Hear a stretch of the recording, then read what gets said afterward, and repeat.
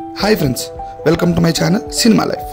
Morgan Vijay Antony గారు హీరోగా ఆయనే ప్రొడ్యూస్ చేస్తూ లియో జాన్ పాల్ గారి డైరెక్షన్లో 2 గంటల 13 నిమిషాల రన్ టైంతో ఈ ఫ్రైడే థియేటర్స్లో రిలీజ్ అయిన మార్గన్ మూవీ ఎలా ఉంది, హిట్టా లేక ఫట్టా, నాకు ఎలా అనిపించింది అని రివ్యూలో తెలుసుకుందాం.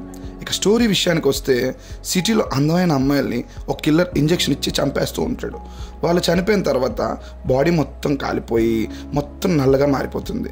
ఇక ఆ కిల్లర్ ఎవరు, అమ్మాయిలందరినీ ఎందుకు చంపుతున్నాడు అని తెలుసుకోవటానికి విజయ్ ఆంటనీ గారు స్పెషల్ ఆఫీసర్గా వచ్చి ఎలా కనుక్కున్నారు అన్నదే రిమైనింగ్ స్టోరీ. నాకైతే సినిమా చాలా నచ్చింది మచ్చా.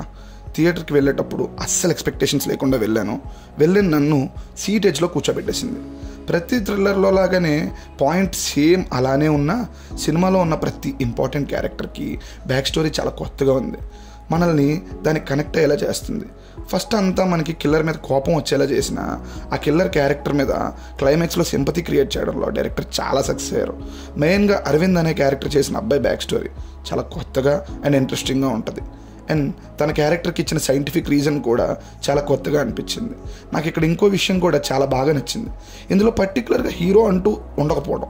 పేరుకి విజయ్ ఆంటనీ గారు హీరో అయినప్పటికీ ఒక్కో సీన్ రన్ అవుతున్నప్పుడు ఆ సీన్లో ఎవరుంటే వాళ్ళే హీరోయిక్గా బిహేవ్ చేసేలా రాసుకున్నారు. అది నాకు చాలా నచ్చింది. ఇక పర్ఫార్మెన్స్ల గురించి వస్తే, విజయ్ ఆంటనీ గారు ఆయనకి ఎలాంటి క్యారెక్టర్స్ కొట్టిన పెండి సూపర్గా యాక్ట్ చేశారు.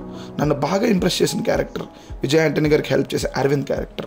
ఒక రకంగా నాకైతే సెకండ్ హీరో అనిపించాడు. Flashback portions and underwater sequence, తన చెల్లికి ఒక ఎమోషనల్ సీక్వెన్స్ ఉంటుంది. అందులో తను ఉన్నప్పుడల్లా తనే కనిపించేలా చేశాడు. ఇక మిగిలిన క్యాస్టింగ్ అంతా సపోర్టింగ్ క్యారెక్టర్సే, వాళ్ళు కూడా చాలా బాగా చేశారు. కిల్లర్ క్యారెక్టర్లో చేసిన వాళ్ళు కూడా చాలా బాగా చేశారు. ఇక టెక్నికల్ డిపార్ట్మెంట్ గురించి వస్తే, కెమెరా వర్క్, యువ గారి విజువల్స్ చాలా బాగున్నాయండి. ఇక మ్యూజిక్ మన విజయ్ ఆంటనీ గారే. ఆయన ఈ స్క్రిప్ట్ ఎంత నచ్చిందో ఆ బీజిఎం చూస్తే అర్థమైపోతుంది. ఉన్న ఒక్క సాంగ్ అయినా టిపికల్ విజయ్ ఆంటనీ గారి సాంగ్లో ఉంది.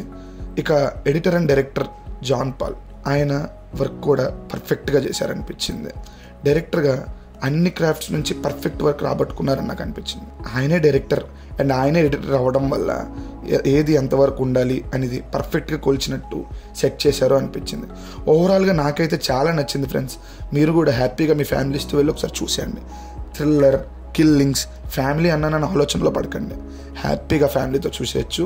మీరు కూడా వెళ్ళి థియేటర్లో హ్యాపీగా చూసేయండి. ఈ వీకెండ్కి ఇదే బెస్ట్ చాయిస్ అని నా ఒపీనియన్ ఫ్రెండ్స్. మళ్ళీ కొత్త అప్డేట్తో, కొత్త న్యూస్తో మీ ముందుకు వస్తాను.